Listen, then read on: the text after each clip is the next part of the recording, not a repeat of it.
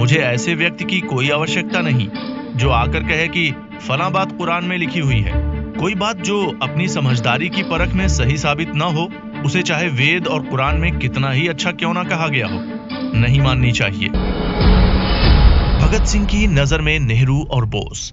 1928 में भगत सिंह ने कीर्ति नामक एक पत्र में नए नेताओं के अलग अलग विचार शीर्षक से एक लेख लिखा था। तब वे सिर्फ 21 साल के थे। इस लेख में उन्होंने बोस और नेहरू के नजरिए की तुलना की है। उन दिनों असहयोग आंदोलन की सफलता के चलते हर तरफ निराशा का माहौल था। ऐसे में भगत सिंह ने ये लेख इस सोच के साथ लिखा था कि वे कोई राजनीतिक राह चुनने में पंजाब के नौजवानों की मदद कर सकें। भगत सिंह न कांग्रेस के नेता थे और न ही वे भारतीय कम्युनिस्ट पार्टी के सदस्य थे।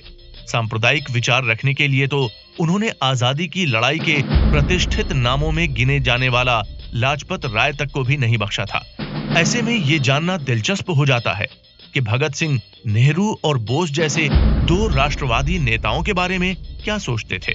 भगत सिंह ने अपने एक महत्वपूर्ण लेख में जुलाई 1928 में कीर्ति में नेहरू को लेकर अपने तार्किक विचार रखे हैं। उन्हें नेहरू का ये तर्क बेहद पसंद आया था, जिसमें उन्होंने कहा था, प्रत्येक नौजवान को विद्रोह करना चाहिए, राजनैतिक क्षेत्र में ही नहीं बल्कि सामाजिक, आर्थिक और धार्मिक क्षेत्र में भी।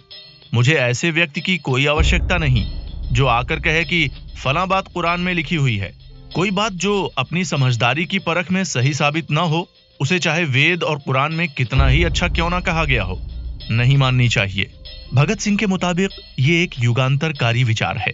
धार्मिकता के लबादे में लिपटे हुए विचारों की सान पर चलकर क्रांति नहीं हो सकती, ऐसा नेहरू का तर्क रहा है।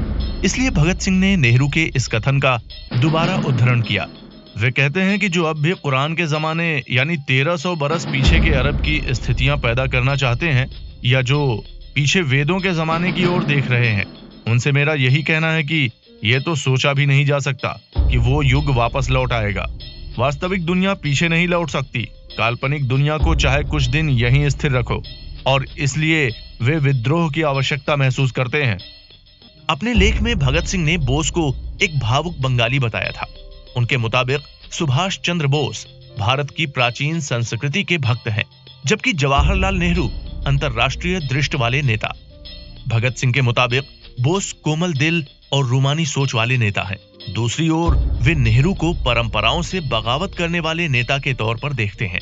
अमृतसर और महाराष्ट्र में हुए कांग्रेस के सम्मेलनों में दोनों नेताओं के भाषण का अध्ययन करने के बाद भगत सिंह ने कहा था कि भले ही बोस और नेहरू दोनों पूर्ण स्वराज के समर्थक हों, लेकिन उन दोनों की सोच में जमीन आसमान का अंतर है। अपने लेख में भगत सिंह बॉम्बे में हुई उस बैठक का उदाहरण दिया था जो नेहरू की अध्यक्षता में हुई थी और जिसमें बोस ने भाषण दिया था। अपने लेख में भगत सिंह ने बोस के उस भाषण को एक सनक भरा प्रलाप कहा है, जिसमें यह टिप्पणी की गई थी कि विश्व के लिए भारत के पास एक विशेष संदेश है।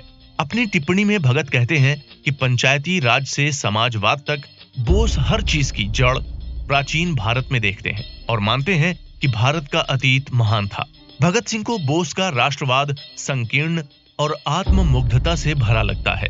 वे बोस की इस बात से इत्तेफाक नहीं रखते कि दूसरे देशों की तरह भारत का राष्ट्रवाद संकीर्ण नहीं है। इसके बाद अपने लेख में भगत सिंह नेहरू के अध्यक्षीय भाषण की तरफ बढ़ते हैं। नेहरू बोस की बात काटते हैं। उनके मुताबिक हर देश को यह लगता है कि उनके पास दुनिया को देने के लिए कुछ विशेष और अनूठा संदेश है। वे कहते हैं, मुझे अपने देश में कुछ वैसा विशेष नहीं लगता जैसी बातों में सुभाष बाबू यकीन रखते हैं। बोस और नेहरू की सोच में फर्क है। सुभाष चंद्र बोस इसलिए अंग्रेजों से आजादी चाहते हैं कि वे पश्चिम के हैं और हम पूरब के। जवाहरलाल नेहरू इसलिए आजादी चाहते हैं कि स्वशासन के जरिए हम अपनी सामाजिक व्यवस्था बदल सकते हैं। नेहरू के अनुसार हमें पूर्ण स्वतंत्रता और स्वशासन सामाजिक बदलाव के लिए चाहिए। बोस के लिए अंतर्राष्ट्रीय राजनीति का महत्व सिर्फ उसी हद तक है जहां तक इससे भारत की सुरक्षा और विकास का सवाल जुड़ा हो, जबकि दूसरी तरफ नेहरू राष्ट्रवाद के संकीर्ण दायरों से बाहर निकलकर अंतर्राष्ट्रीयवाद नाम के खुले मैदान में आ चुके हैं। दोनों नेताओं की सोच की तुलना करने के बाद अपने लेख में भगत सिंह सवाल करते हैं, अब जबकि हम उनके विचार जान चुके हैं, हमें अपना विकल्प चुनना होगा। भगत सिंह के मुताबिक बोस के पास ऐसा कुछ भी नहीं है जिससे युवाओं की बौद्धिक प्यास बुझ सके।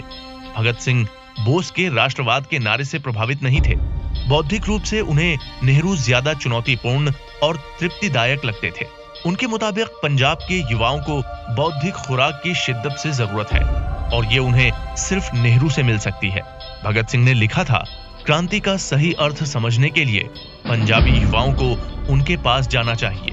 युवाओं को अपनी सोच मजबूत करनी चाहिए ताकि हार और निराशा के इस माहौल में वे भटके नहीं।